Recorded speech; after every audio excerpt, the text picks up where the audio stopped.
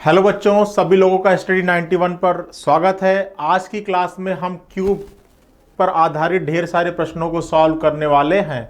इससे पहले क्यूब का बेसिक हम लोगों ने पढ़ लिया है, ठीक है। और आज उसके आगे हम लोग कंटिन्यू करने वाले हैं क्यूब पर आधारित ढेर सारे प्रश्नों पर, ठीक है।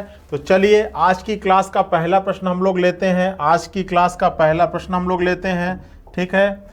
और देखिए, एक बार जो लोग आज पहली बार इस क्लास को कर रहे होंगे, मतलब इस पार्ट को देख रहे होंगे, इससे पहले पार्ट 1 मैंने सारा बेसिक पढ़ा दिया है, तो पार्ट 1 को भी देख लेंगे, तभी आप इन प्रश्नों को जल्दी से सॉल्व कर पाएंगे, ठीक है।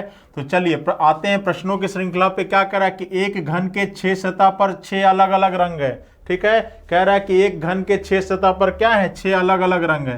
तो चलिए एक घन बना लेते हैं।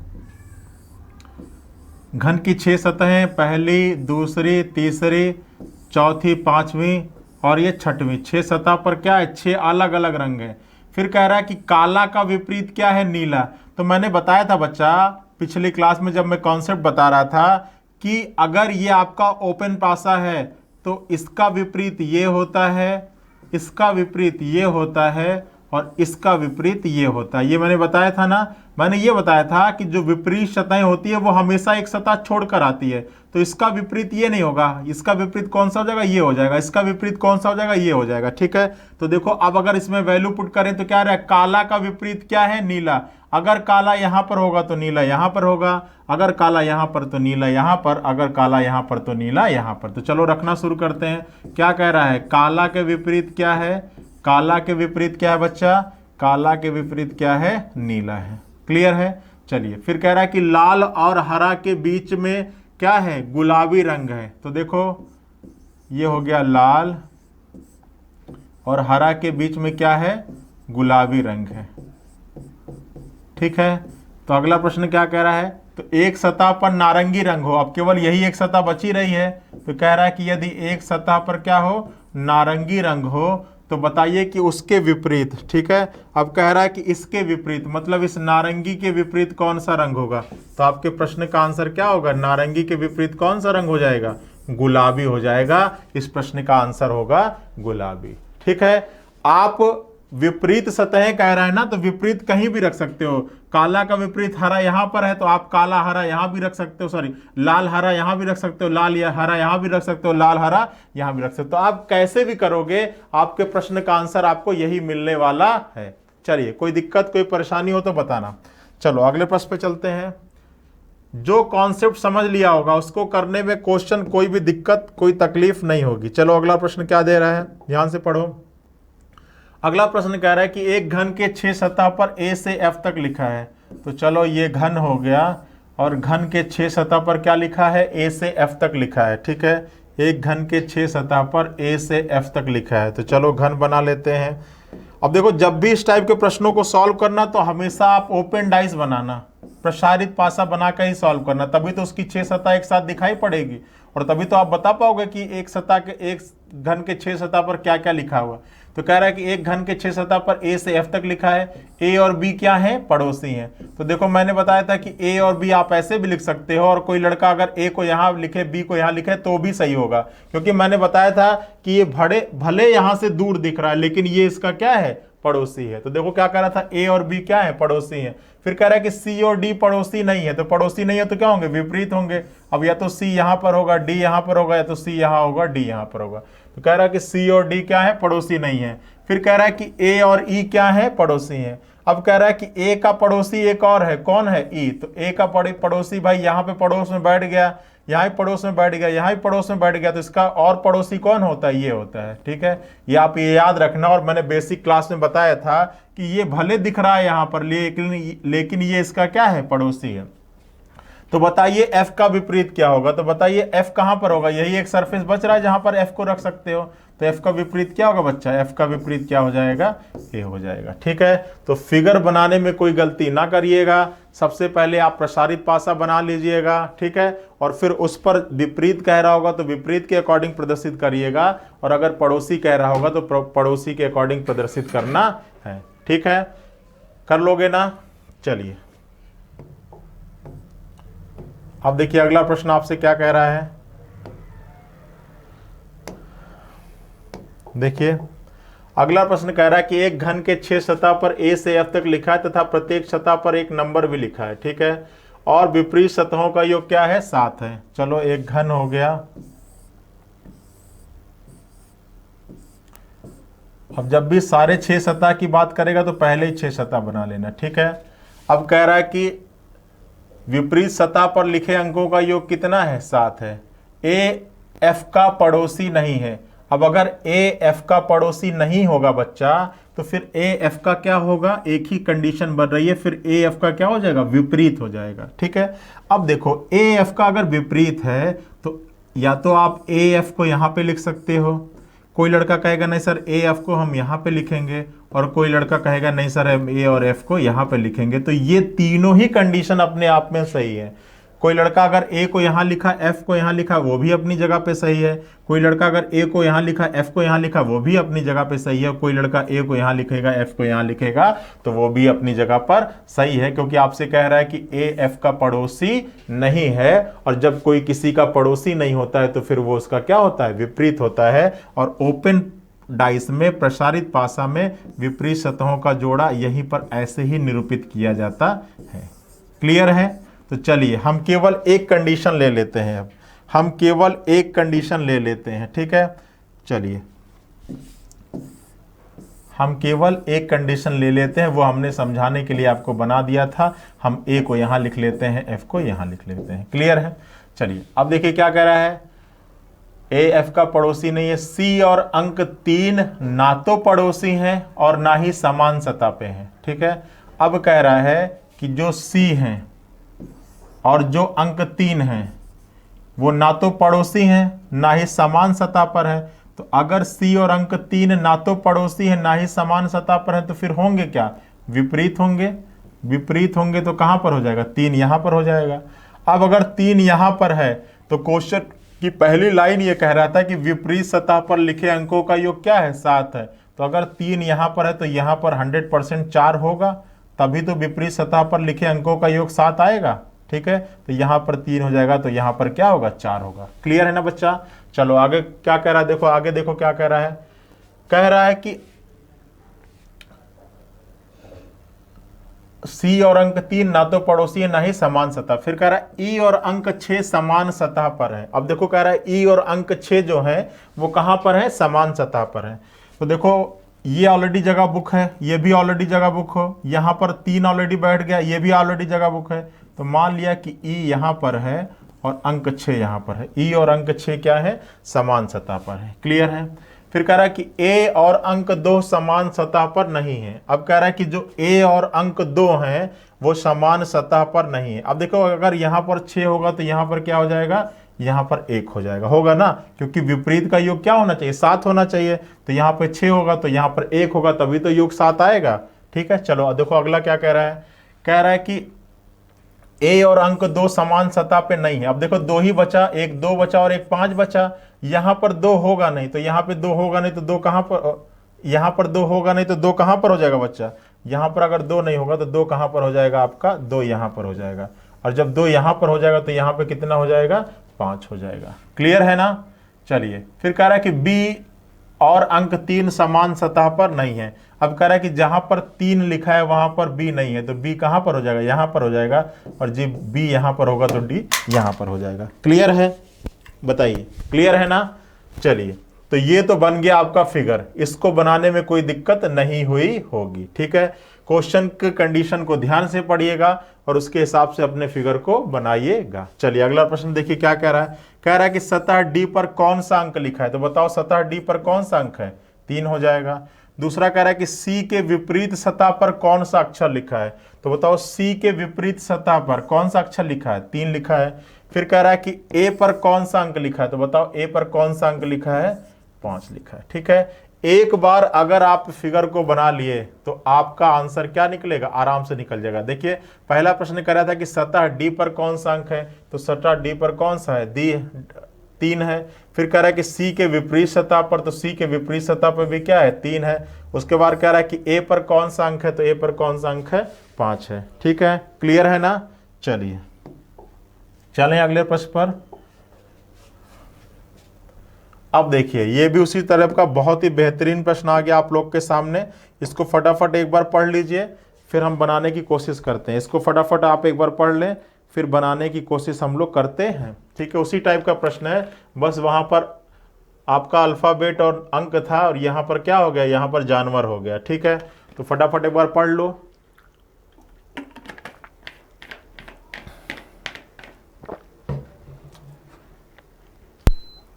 चलो देखो क्या कह रहा है।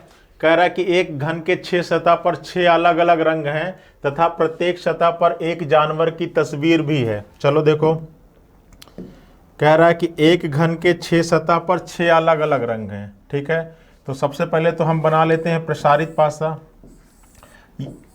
इस टाइप के प्रश्नों पर आपको हमेशा प्रसारित पासा बनाकर ही सॉल्व करना है। अब देखिए 6 अलग अलग रंग हैं और 6 अलग अलग क्या है, जानवर की तस्वीर भी है। फिर कह रहा है कि लाल और हरा पड़ोसी नहीं है। अब जब लाल और हरा पड़ोसी नहीं होंगे तो फिर क्या हो जाएंगे, विपरीत हो जाएंगे। तो हम लाल को यहां पे लिख लेते, छोटा छोटा लिखते हैं।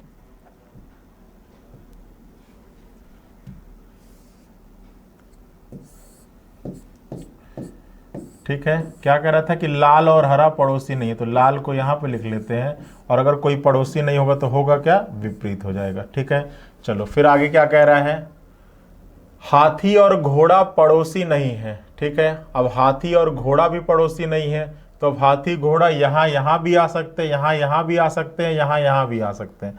तो यहाँ पे लिख लेते हैं साइड में कि हाथी और घोड़ा पड़ोसी नहीं है, तो हाथी और घोड़ा होंगे क्या, विपरीत होंगे। ठीक है, तो ये विपरीत हो गए। ठीक है, हाथी और घोड़ा पड़ोसी नहीं है। फिर कह रहा है कि बिल्ली वाली सतह पर नीला रंग है। अब कह रहा है कि बिल्ली वाली सतह पे कौन सा रंग है, नीला रंग है। अब देखो बिल्ली को यहाँ पे बैठा नहीं सकते क्योंकि यहाँ पे लाल रंग है, यहाँ पे बैठा नहीं सकते क्योंकि यहाँ पर हरा रंग है, तो बिल्ली को यहीं पे बैठा देते हैं और यहाँ पर क्या है, नीला रंग हो जाएगा। ठीक है, तो कह रहा था कि बिल्ली वाली सतह पे कौन सा रंग है, नीला रंग है। तो यहाँ पे हमने बिल्ली को बैठा दिया और ये कौन सा रंग हो गया, नीला रंग हो गया। ठीक है, चलिए आगे देखिए क्या कह रहा है, शेर और गाय पड़ोसी नहीं है। अब कह रहा है कि जो शेर और गाय हैं वो क्या हैं, पड़ोसी नहीं है। अब जब शेर और गाय पड़ोसी नहीं है तो वो क्या हो जाएंगे, विपरीत हो जाएंगे। भाई शेर और गाय पड़ोसी नहीं है तो शेर और गाय क्या हो जाएंगे बच्चा, शेर और गाय क्या हो जाएंगे, ये भी एक दूसरे के विपरीत हो जाएंगे। ठीक है, अब देखो शेर और गाय यहाँ भी हो सकते हैं, यहाँ भी हो सकते हैं। चलो देखो फिर आगे क्या कह रहा है, कह रहा है कि गाय वाले सतह पर काला रंग, शेर सफेद नहीं है। ठीक है, कह रहा है कि गाय वाले सतह पर क्या है, काला रंग है। ठीक है, गाय वाली सतह पर क्या है, काला रंग है। तो देखो अब गाय को ना यहाँ बैठा सकते हो ना यहाँ बैठा सकते हो क्योंकि यहाँ पे लाल और हरा है, तो गाय को हम यहाँ बैठा देते हैं। और गाय वाली सतह पे कौन सा रंग है, काला रंग है। ठीक है, गाय को काला। अब जब गाय ये हो जाएगा तो गाय का विपरीत कौन हो जाएगा, शेर है। गाय का विपरीत क्या है, शेर है, तो ये हो गया। अब देखिए जब यहाँ पर गाय और शेर हो गया तो यहाँ पर अब देखो दो ही विपरीत सतहों का जोड़ा बचा, तो इन दोनों को यहीं पे बैठाएंगे। अब देखो कौन कहाँ पर होगा, तो कह रहा है कि शेर सफेद नहीं है। अब अगर शेर सफेद नहीं है तो सफेद रंग के लिए कौन सा एक सरफेस बच रहा है, केवल यही बच रहा है क्योंकि ये तो ऑलरेडी लाल रंग से रंगा जा चुका है, ये ऑलरेडी नीला रंग से, ये काला से, ये हरा से। शेर सफेद नहीं है तो फिर यहाँ जो जानवर बैठेगा वो सफेद रंग का हो जाएगा क्योंकि बाकी सब ऑलरेडी तो सबको कलर मिल चुका है कोई ना कोई। ठीक है, फिर कह रहा है तथा हाथी हरा नहीं है। अब देखो यहां से क्लियर कर दिया कि हाथी और घोड़ा इन्हीं दोनों को इन दोनों जगहों पे बैठाना था, लेकिन यहां से एक चीज क्लियर है कि जो हाथी है वो हरा नहीं है। तो जब हाथी हरा नहीं है तो हाथी क्या हो जाएगा बच्चा, लाल हो जाएगा। और जब हाथी लाल हो गया तो यहां पर जो बैठेगा वो कौन होगा, हरा होगा। और यहाँ पे कौन बैठेगा, घोड़ा बैठ जाएगा और घोड़ा क्या हो जाएगा, हरा हो जाएगा। क्लियर है, तो ये दोनों कंडीशन अब आपने इसमें क्या कर दी, पुट कर दी। तो देखो आपको क्या करना है कि आपको क्वेश्चन पढ़ते जाना है, फिगर बना लेना है, जो कंडीशन यहाँ से पुट होने लायक रहेगी उसको यहाँ पे पुट करिएगा, जो कंडीशन नहीं पुट करने लायक होगी उसको साइड में नोट करिएगा और फिर बाद में क्वेश्चन को मर्ज करने की कोशिश करिएगा। यही रीजनिंग के प्रश्न सॉल्व करने का बेस्ट तरीका है। ये नहीं कि एक बार क्वेश्चन पढ़े फिर दोबारा पढ़े फिर बनाना शुरू कर दे तो फिर बहुत ज़्यादा टाइम लॉस हो जाता है। ठीक है, चलो अब देखो पहला प्रश्न क्या रहा है, कि यदि एक सतह पर ऊंट की तस्वीर हो तो बताओ ऊंट को कहाँ बैठा सकते हो। तो जब आप देखोगे तो पाओगे कि सब जगह तो ऑलरेडी सब जानवर बैठ ही गए, एक ही सतह बच रही है, कौन सी? ऊंट। तो ऊंट को तो यहीं बैठाओगे। तो कह रहा है कि एक सतह पर ऊंट की तस्वीर हो तो उसका रंग ज्ञात करो। तो उसका रंग क्या हो जाएगा? उसका रंग हो जाएगा सफेद। ठीक है। फिर क्या कह रहा है कि यदि एक सतह पर गुलाबी रंग हो, ठीक है, यदि एक सतह पर गुलाबी रंग हो, तो गुलाबी तो इसी को रंग सकते हो। यदि एक सतह पर क्या हो? गुलाबी रंग हो, तो कौन सा जानवर होगा? अब एक सतह पर गुलाबी रंग हो तो उस पर जानवर कौन सा होगा? उस पर जानवर होगा कौन सा? शेर होगा। ठीक है। फिर क्या कह रहा है? घोड़े का रंग क्या है? तो घोड़े का रंग क्या है? घोड़े का रंग क्या है बच्चा? हरा है। ठीक है। तो देखो पहले प्रश्न का आंसर हो गया सफेद, दूसरे प्रश्न का आंसर हो गया शेर, और तीसरे प्रश्न का आंसर हो गया हरा। क्लियर है ना बच्चा? तो जब भी इस टाइप का प्रश्न आएगा, आप क्वेश्चन देख के पहले फिगर बनाइएगा, जो चीज इस फिगर में रखने लायक होगी इसको इसमें पुट करिएगा, जो नहीं रखने लायक होगी इसको साइड में नोट करिएगा, और बाद में फिर क्वेश्चन को मर्ज करने की कोशिश करिएगा और उसके आधार पर प्रश्नों के आंसर देने की कोशिश करिएगा। ठीक है। हाँ, पड़ोसी क्या है, विपरीत क्या है, इनको ध्यान में रखकर तभी इस फिगर में वैल्यू को क्या करिएगा? पुट करिएगा। क्लियर है ना बच्चा? चलिए अब देखिए, अभी तक आप जितने प्रश्न लगा रहे थे, ठीक है, अभी तक आप जितने प्रश्न लगा रहे थे उन सभी पर वो सभी प्रसारित पासा के कंडीशन पर आधारित थे। ठीक है। अब देखिए अगला जो आपके क्यूब में प्रश्न आता है वो बहुत ही इंपॉर्टेंट कॉन्सेप्ट है कि अगर कोई लकड़ी का टुकड़ा है जो घन के आकार का है, ठीक है, अगर कोई लकड़ी का टुकड़ा है जो क्यूब के आकार का है, घन के आकार का है, उसको अगर हम लें और किसी बाल्टी में कोई रंग कलर कर लें, मान लीजिए लाल रंग से बाल्टी में लाल रंग घोल लें और उस लकड़ी के टुकड़े को उस लाल रंग की बाल्टी में डुबोएं, ठीक है, एक लाल रंग कर लिया हमने, बाल्टी में एक लाल रंग घोल लिया और उस लकड़ी के टुकड़े को लिया जो घन के आकार का था और उसको उस लाल रंग में क्या कर दिया? डुबो दिया। अब डुबो के हमने उसको निकाला, और जब डुबो के निकाला तो देखो क्या क्या कंडीशन होगी। मान लिया कि आपका एक घन था, फिगर के माध्यम से समझाते हैं, ठीक है, मान लिया कि आपका एक घन है, समझिएगा ध्यान से, पहले कॉन्सेप्ट समझिएगा फिर प्रश्नों को लगाएंगे। मान लिया कि आपके सामने ये एक घन है, ठीक है, आपके सामने एक घन है, ठीक है, ये घन है, इसकी लंबाई चौड़ाई और ऊंचाई बराबर होगी। तो मान लिया कि सारी जो लेंथ है वो कितने कितने सेंटीमीटर की है? 4-4 सेंटीमीटर की है। ठीक है। लंबाई भी 4 है, चौड़ाई भी 4 है और ऊंचाई भी 4 है। ठीक है। अब इस लकड़ी के टुकड़े को किसी लाल कलर की बाल्टी में डुबो के क्या कर दिया? निकाल दिया। ठीक है।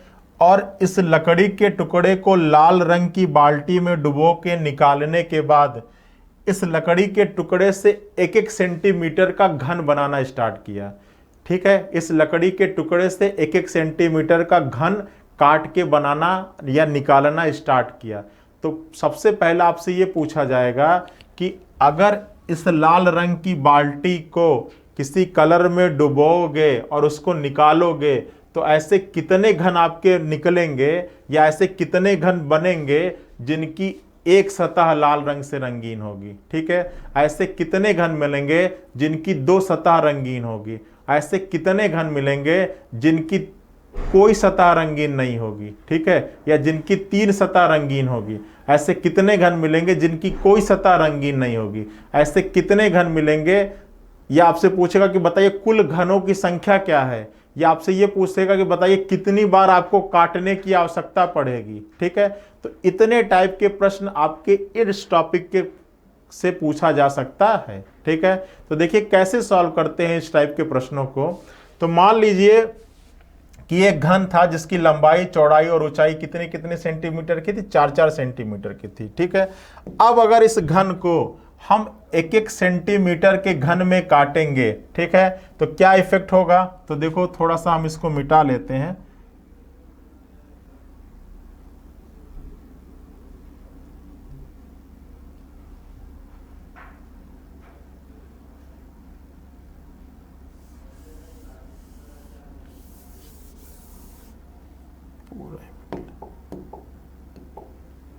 देखिए ये आपका घन था, ये आपका घन था, ठीक है। अब इसकी लंबाई चौड़ाई 4-4 सेंटीमीटर थी। अब इसको मैं 1-1 सेंटीमीटर के घन में काटता हूँ, तो ये हो जाएगा 4 बराबर भागों में डिवाइड होगा ये, ठीक है। अच्छा, ये भी 4 बराबर भागों में डिवाइड होगा क्योंकि टोटल लेंथ तो 4 है। ये भी आपका 4 बराबर भागों में डिवाइड होगा, ठीक है। ये भी आपका 4 बराबर भागों में डिवाइड होगा, ये भी आपका 4 बराबर भागों में डिवाइड होगा, और ये भी आपका 4 बराबर भागों में क्या होगा, डिवाइड होगा, ठीक है। थोड़ा सा ऊपर नीचे मिल जाए तो समझ लीजिएगा। अब देखिए ये आपका 4 सेंटीमीटर का घन था बच्चा, ये आपका 4 सेंटीमीटर का घन था। अब अगर 4 सेंटीमीटर का घन है तो इसकी लंबाई चौड़ाई और ऊंचाई सभी 4-4 सेंटीमीटर की होगी। और हमने इसको क्या कर दिया, हमने इसको काट दिया कितने सेंटीमीटर के घन में, हमने इसको काट दिया 1-1 सेंटीमीटर के घन में, ठीक है। हमने इसको काट दिया 1-1 सेंटीमीटर के घन में, ठीक है। तो सबसे पहले आपको निकालना होता है n, जहां n क्या है, कांस्टेंट है, और n बराबर होता है बड़े घन की भुजा, बड़े घन की भुजा, बड़े घन की भुजा बटा छोटे घन की भुजा। क्या होता है, बड़े घन की भुजा बटा छोटे घन की भुजा, ठीक है।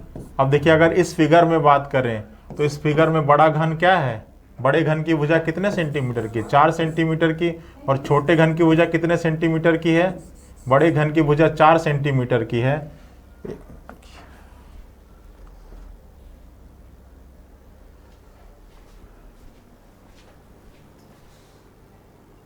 चलिए तो देखिए आपके सामने एक घन है और ये घन का टुकड़ा है। अब मान लीजिए जैसे एक लाल कलर की बाल्टी में हमने डुबाया, ठीक है, और इस 4 सेंटीमीटर के घन को, अगर ये 4 सेंटीमीटर का घन है तो इसकी लंबाई भी 4 होगी, चौड़ाई भी 4 होगी और ऊंचाई भी 4 होगी, ठीक है।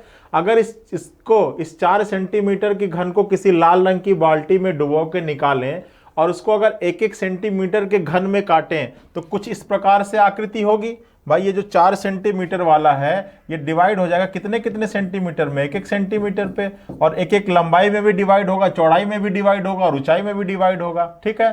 तो अगर इस 4 सेंटीमीटर के घन को 1-1 सेंटीमीटर के घन में काटे तो जो सबसे पहली परिभाषा होती है वो आपको n निकालना होता है, जिसको आप कांस्टेंट भी कह सकते हैं, नियतांक भी कह सकते हैं, और वो बराबर होता है किसके, बड़े घन की भुजा, बड़े घन की भुजा, बड़े घन की भुजा बटा छोटे घन की भुजा, बटा छोटे घन की भुजा, ठीक है। सबसे बेसिक फार्मूला है जिसको आपको सबसे पहले निकालना होगा। क्या फार्मूला है कि n बराबर बड़े घन की भुजा बटा छोटे घन की भुजा, ठीक है। n बराबर बड़े घन की भुजा बटा छोटे घन की भुजा, ठीक है।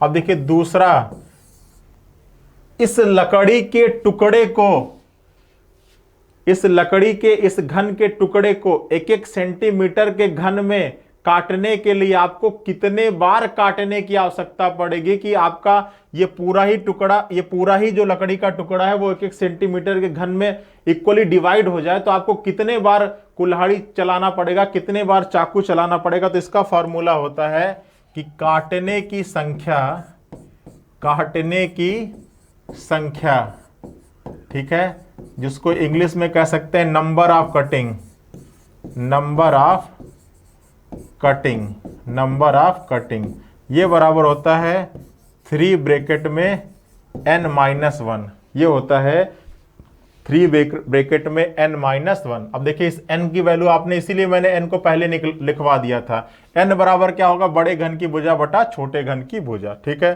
तो ये दूसरा फॉर्मूला हो गया कि काटने की संख्या बराबर नंबर ऑफ कटिंग बराबर 3n-1, ठीक है। तो चलिए अब अगर इसमें आपसे पूछा जाए कि ऐसे कितने घन मिलेंगे जिनकी 3 सतह रंगीन होगी, ठीक है। तीसरा आपसे पूछा जाए कि कितने घन मिलेंगे 3 सतह रंगीन घनों की संख्या, 3 सतह रंगीन घनों की संख्या, 3 सतह रंगीन घनों की संख्या। तो आपको पता है कि 3 सतह कहाँ पर मिलता है, कोने पर मिलता है, ठीक है। तो प्रत्येक कोने से जितना घन मिलेगा आपको, उन सबों की कितनी सतह रंगीन होगी, उन सबों की 3 सतह रंगीन होगी, ठीक है। तो इसकी संख्या मैक्सिमम कितनी होती है, 8 होती है, ठीक है। तो अगर इस लकड़ी के टुकड़े का सभी बाहरी सरफेस, भाई लकड़ी के टुकड़े को डुबाओगे किसी कलर की बाल्टी में तो उसका पूरा ही रंग, तो उसका पूरा ही जितना बाहर का सरफेस है वो सभी तो कलर हो जाएगा ना।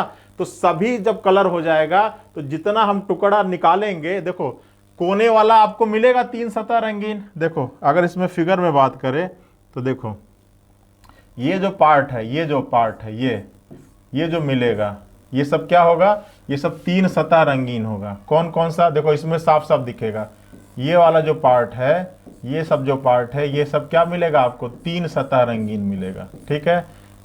ये वाला जो पार्ट, ठीक है, ये सब जो पार्ट है वो आपका क्या है, 3 सतह रंगीन। ये जो पार्ट है ये आपका क्या है, 3 सतह रंगीन घन, ठीक है। मतलब कोने से जितना भी घन मिलेगा वो सब क्या होगा, 3 सतह रंगीन होगा। और एक घन में कोनों की संख्या कितनी होती है, 8 होती है, ठीक है। इसमें तो किसी को कोई दिक्कत नहीं होगा। चलिए अब देखिए अगला है, इसी में अगला जो आपसे पूछा जाता है, चौथा, 2 सतह रंगीन घन। 2 सतह रंगीन घन, तो बताइए 2 सतह मिलते कहां पर है, तो आपको मालूम है किनारों पर। तो इसका फार्मूला होता है n-2 इंटू किनारों की संख्या, n-2 इंटू किनारों की संख्या, ठीक है। 2 सतह रंगीन घन बराबर होता है n-2 इंटू किनारों की संख्या। अब देखो इसमें अगर इस फिगर में बात करें तो 2 सतह रंगीन घन कौन कौन से हैं, तो देखो फटाफट देखो,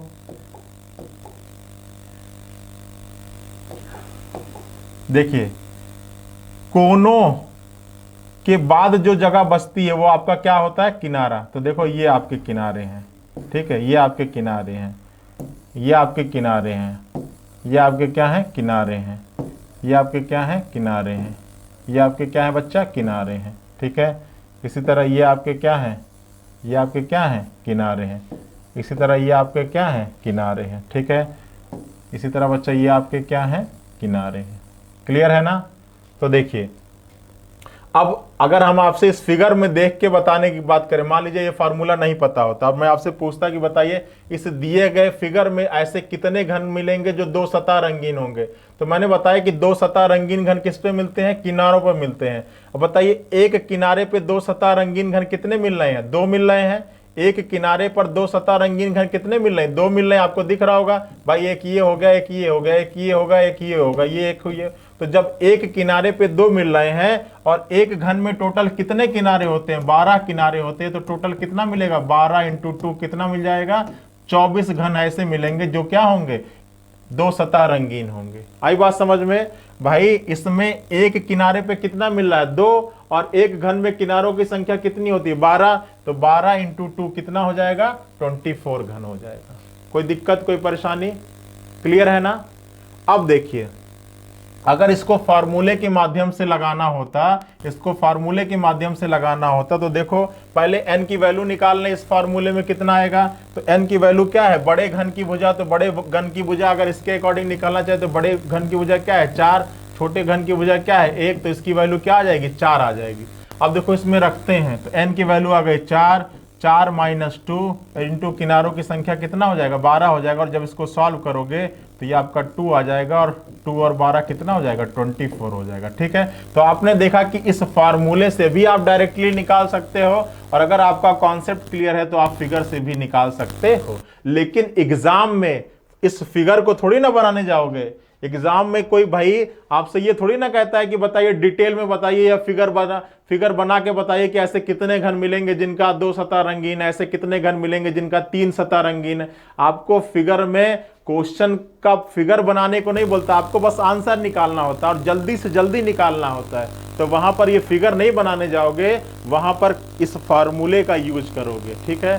तो यह फार्मूला याद कर लीजिएगा कि जब आपसे 2 सतह रंगीन घन निकालने को बोला जाएगा तो आपका फार्मूला होता है n-2 इंटू किनारों की संख्या। और अगर सभी सतह कलर होंगे तो एक घन में किनारों की संख्या कितनी होती है, 12 होती है। ठीक है, क्लियर होगा। चलिए आगे चले।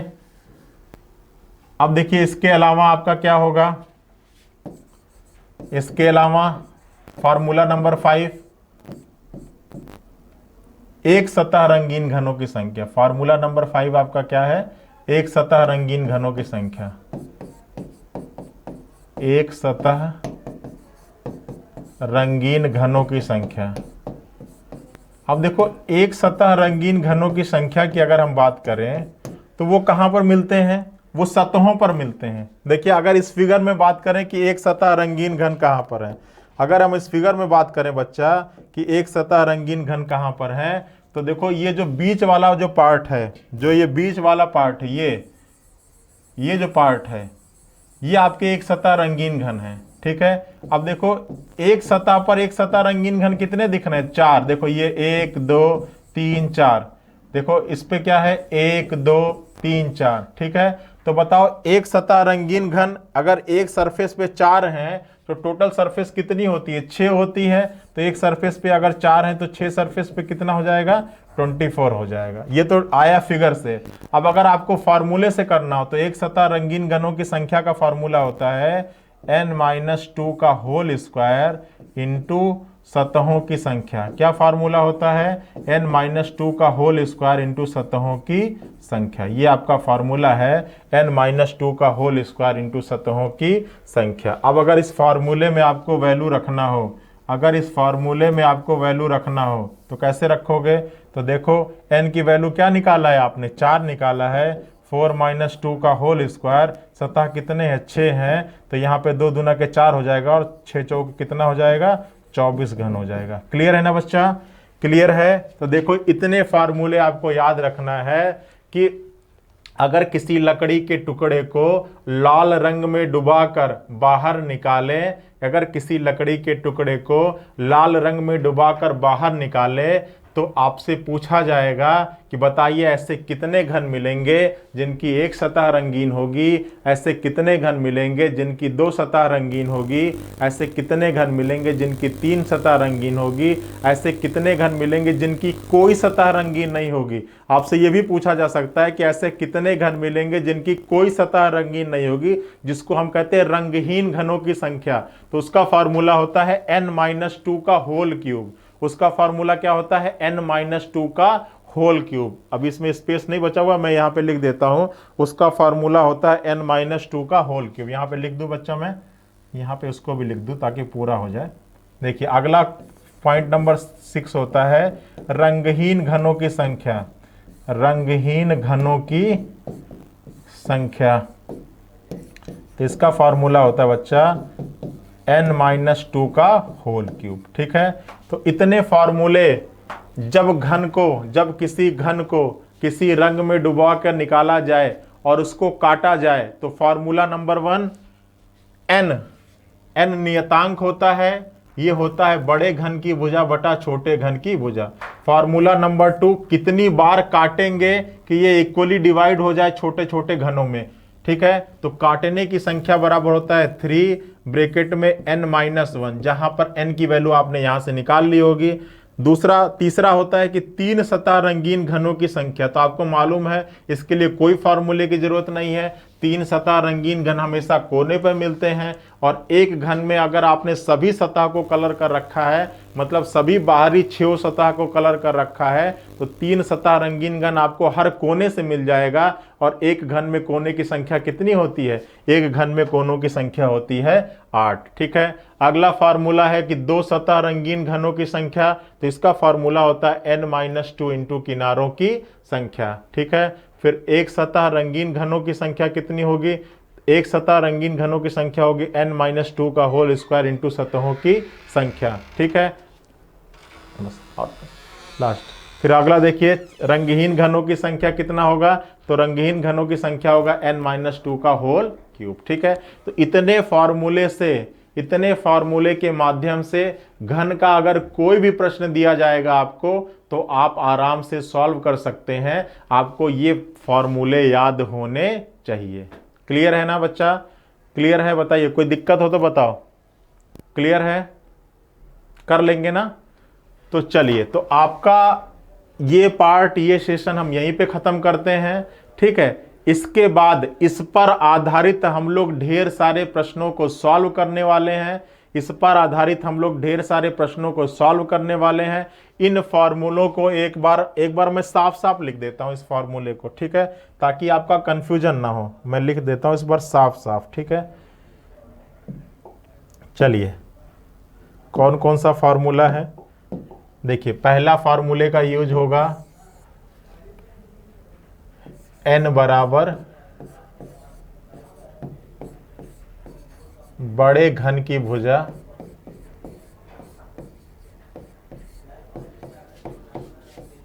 बटा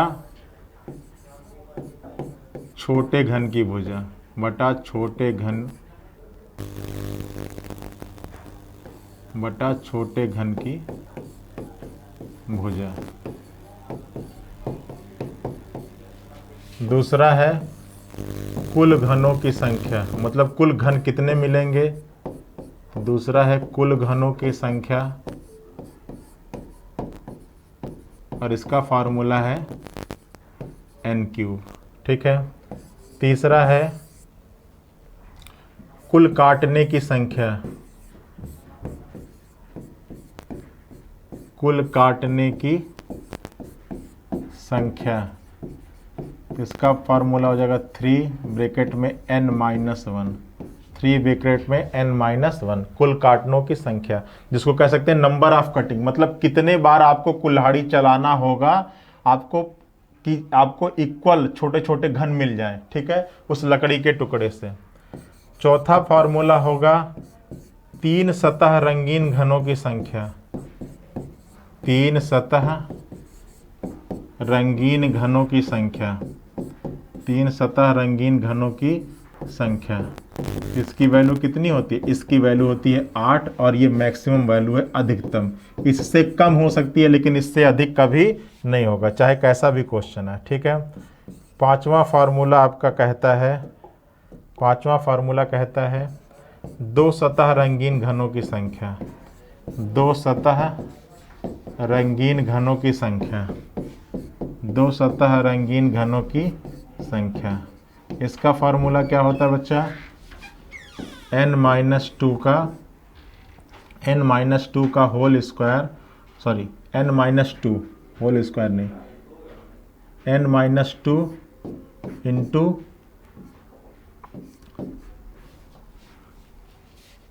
दो सतह रंगीन घनों की संख्या n-2 इंटू किनारों की संख्या, क्योंकि 2 सतह रंगीन कहाँ मिलते हैं? किनारे पर ही तो मिलते हैं, तो इंटू किनारों की संख्या, ठीक है। n-2 इंटू किनारों की संख्या। छठवां क्या है? एक सतह रंगीन घन, एक सतह रंगीन घन या रंगीन घनों की संख्या। तो इसका फार्मूला होता है n-2 का होल स्क्वायर इंटू सतहों की संख्या, सतहों की संख्या, ठीक है। यहाँ पर n-2 केवल होता है और यहाँ पर n-2 का होल स्क्वायर होता है। जहाँ पर n-2 केवल होगा वहाँ पे लिखा होगा किनारों की संख्या, और जहाँ पर n-2 का होल स्क्वायर होगा वहाँ पर होगा सतहों की संख्या, ठीक है। लास्ट में एक फार्मूला है रंगहीन घनों की संख्या, रंगहीन घनों की संख्या, घनों की संख्या। तो इसका फार्मूला हो जाएगा n-2 का होल क्यूब, ठीक है। तो अगली क्लास में इन फार्मूले को याद करके आइएगा, ठीक है। अगली क्लास में इन फार्मूलों को याद करके आइएगा। इस पर आधारित हम लोग ढेर सारे प्रश्न लगाएंगे और वहीं पर हमारा घन का टॉपिक भी हो जाएगा फिनिश, ठीक है। चलिए मिलते हैं नेक्स्ट सेशन पे। इस फार्मूले को याद कर रखिएगा अपने माइंड पे, कॉपी पे कई बार लिखिएगा, ठीक है, क्योंकि जब भी आप घन के टॉपिक के क्वेश्चंस को लगाओगे ये फार्मूला बिल्कुल रटे होने चाहिए। और नेक्स्ट सेशन पर हम लोग ये देखेंगे कि इस फार्मूले को अपने प्रश्न पे कैसे अप्लाई करते हैं और ये फार्मूले हमारे प्रश्नों को कितना आसान बना देंगे, ठीक है। चलिए मिलते हैं नेक्स्ट सेशन पे। सभी लोग अपना ध्यान रखें। Thank you.